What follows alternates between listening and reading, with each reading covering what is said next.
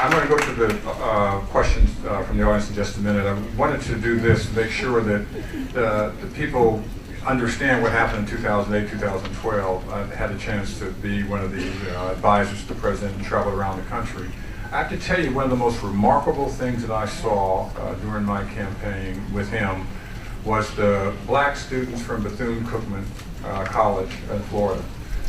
They came out, they marched, they went to vote, and the other thing is that many of you are involved with churches, synagogues, temples.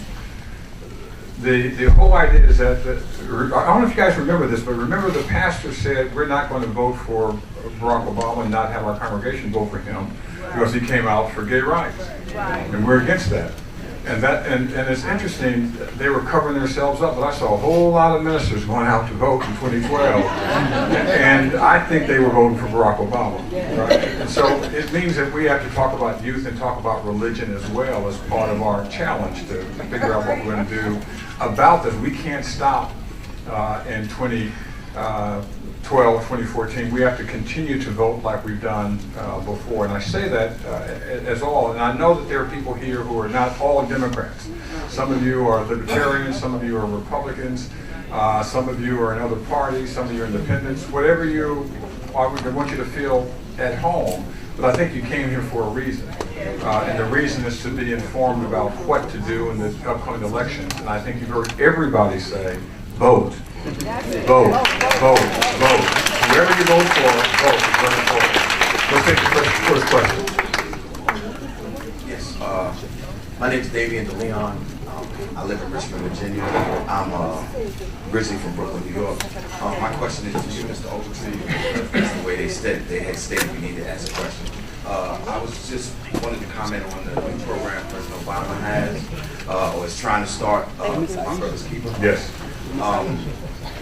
I understand that he's going to be helping younger gentlemen, younger black men get themselves established, take care of things they need to take care of so they can grow up and be strong. In my opinion, I was hoping that you would be able to possibly get the president or maybe, enact something so that you could broaden the program so that it would affect gentlemen like myself. That was the question.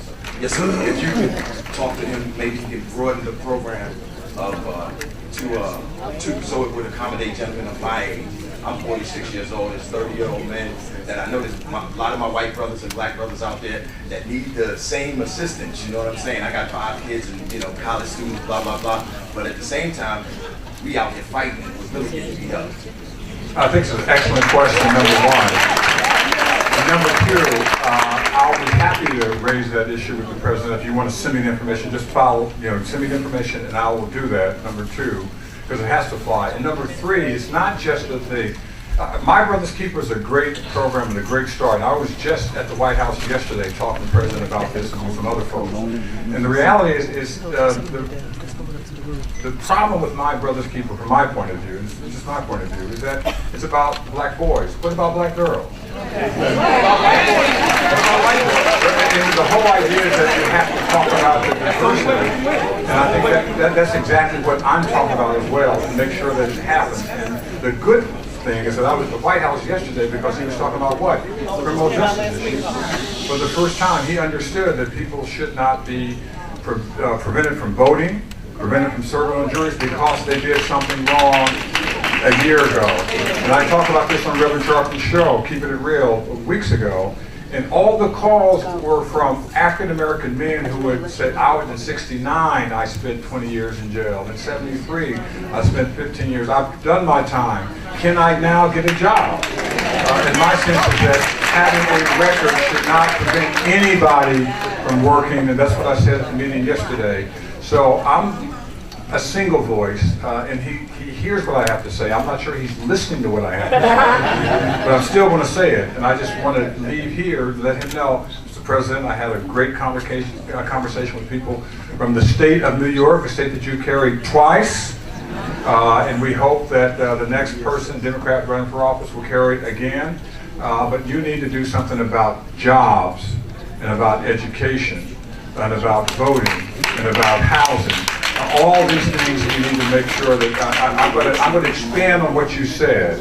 I'm going to give you credit for it. I'm going to expand on what you said because I want the president to understand. He said, "Not here's Tree complaining to me again," right?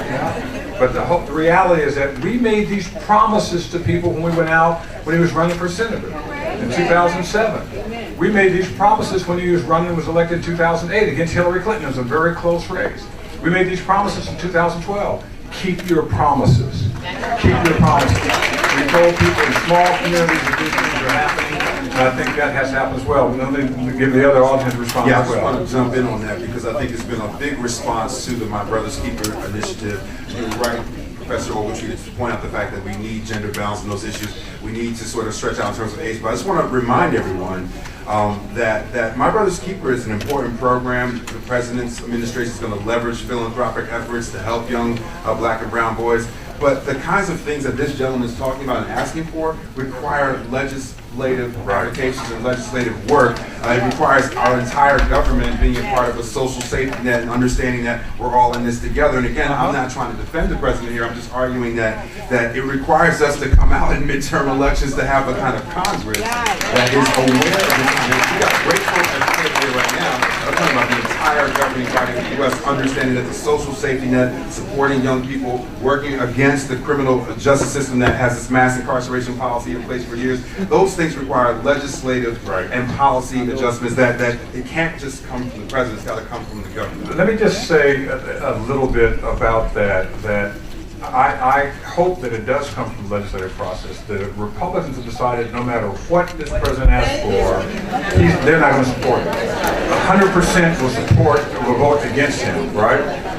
And they have a choice if we don't vote of winning not just the House of Representatives, but winning the Senate, right? It's 4 votes away, and we've had some Republicans, moderate Republicans and independents.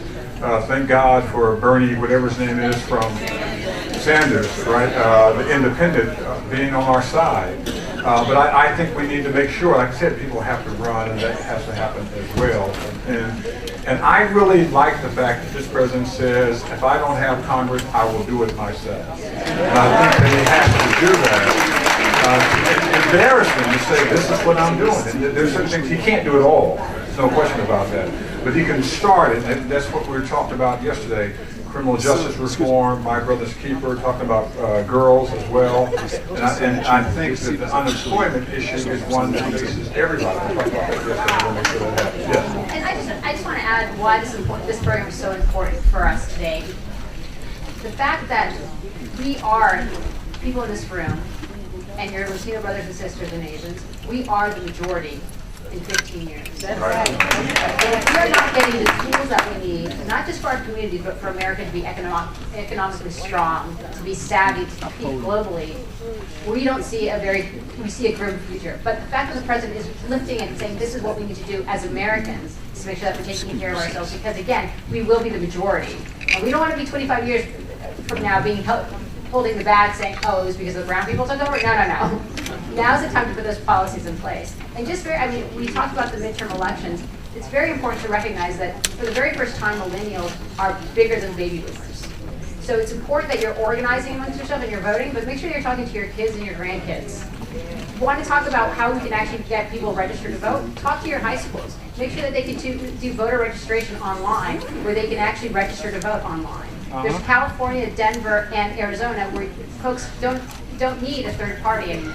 They can go directly and register to vote. So mobilize yourself at the state level to do so as well. We have 800,000 Latinos turning 18 every single year. Every 4 years, that's 3 congressional districts. We need to make sure that our generation is not only registering, but also at the same time recognizing what's at stake. And it is the future of this country. Let me just say a word that I think that makes all of this come home. Be careful. Many of you have met or talked to or heard or got an email from Reverend William Barber from North Carolina and how successful Barack Obama was in 2008. And so what he wanted to do, he contacted me and I contacted hundreds of people around the country, early voting, right? Early voting. But you know what? Republicans did the same thing. And they won North Carolina in 2012, early voting. because they said, hey, wait a minute, this is not a Democratic thing, this is not a black thing, this is a voters thing, and we can do the same thing. And when you see 500,000 votes come in when it looks like the president's doing very well, but 500,000 votes come in on election day, those votes are already cast, we have to make sure that we vote early, but don't think that people who have a different agenda aren't doing the same thing. And that's an example of ALEC. And not only knocking you off the ballot, but also getting folks who are conservative to vote for somebody opposing the candidates that you guys are going to support. Let me get to the next question. Good morning. Good morning. My name is Elaine Gubertos. The young man that was just speaking is in his 40s. I'm in my 70s. I've been voting since I was 21. And I really looking for a change as far as the young black man and woman is concerned. Wherever you go in this city, whether it be the government or the city, you don't see very many black Americans working. When you go to these stores, you don't see very many blacks, women and men working. You have all of these stores that don't hire them, and that should be in the election. You can't have a store organization, especially in the hood, where you're not at all hiring the people that live in that hood. But they are the best clientele. You go in these stores and who you see buying? Us. Who you see working? Everybody else. That's my question to everybody. When is that going to change? Thank you.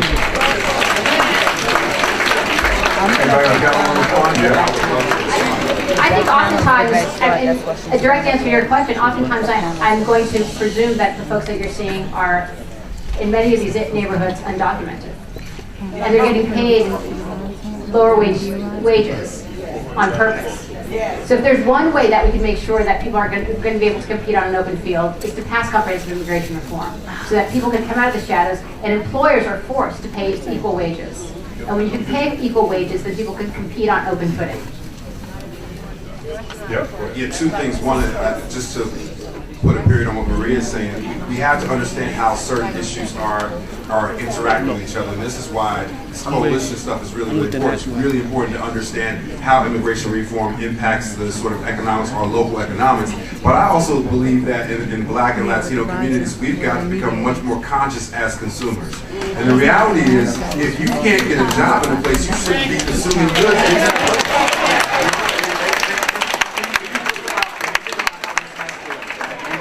How this will play itself out going forward, the black community in particular spends beyond its means and spends a tremendous amount of money. By 2015, we'll be worth about $1.2 trillion in spending money. I think that's like the 8th largest nation in the world. And so if we become more conscious about how we consume, I think that gives us a little more political power, especially in local economies. Let me just say a word about this. I had this very same conversation with NAN individuals about a couple months ago, because people were concerned about how, even though African Americans had buku money, they were treated differently at Macy's, at these other stores right in New York, right in the city, right? And the reality is that you saw people coming out, and it wasn't the New York City police. It was security within those businesses that forgot about African Americans and treated us differently. And my sense, and I'm not suggesting this, I'm only offering this, it's not a suggestion, but people should think about whether you're going to stop shopping at places that don't respect you or your dollar.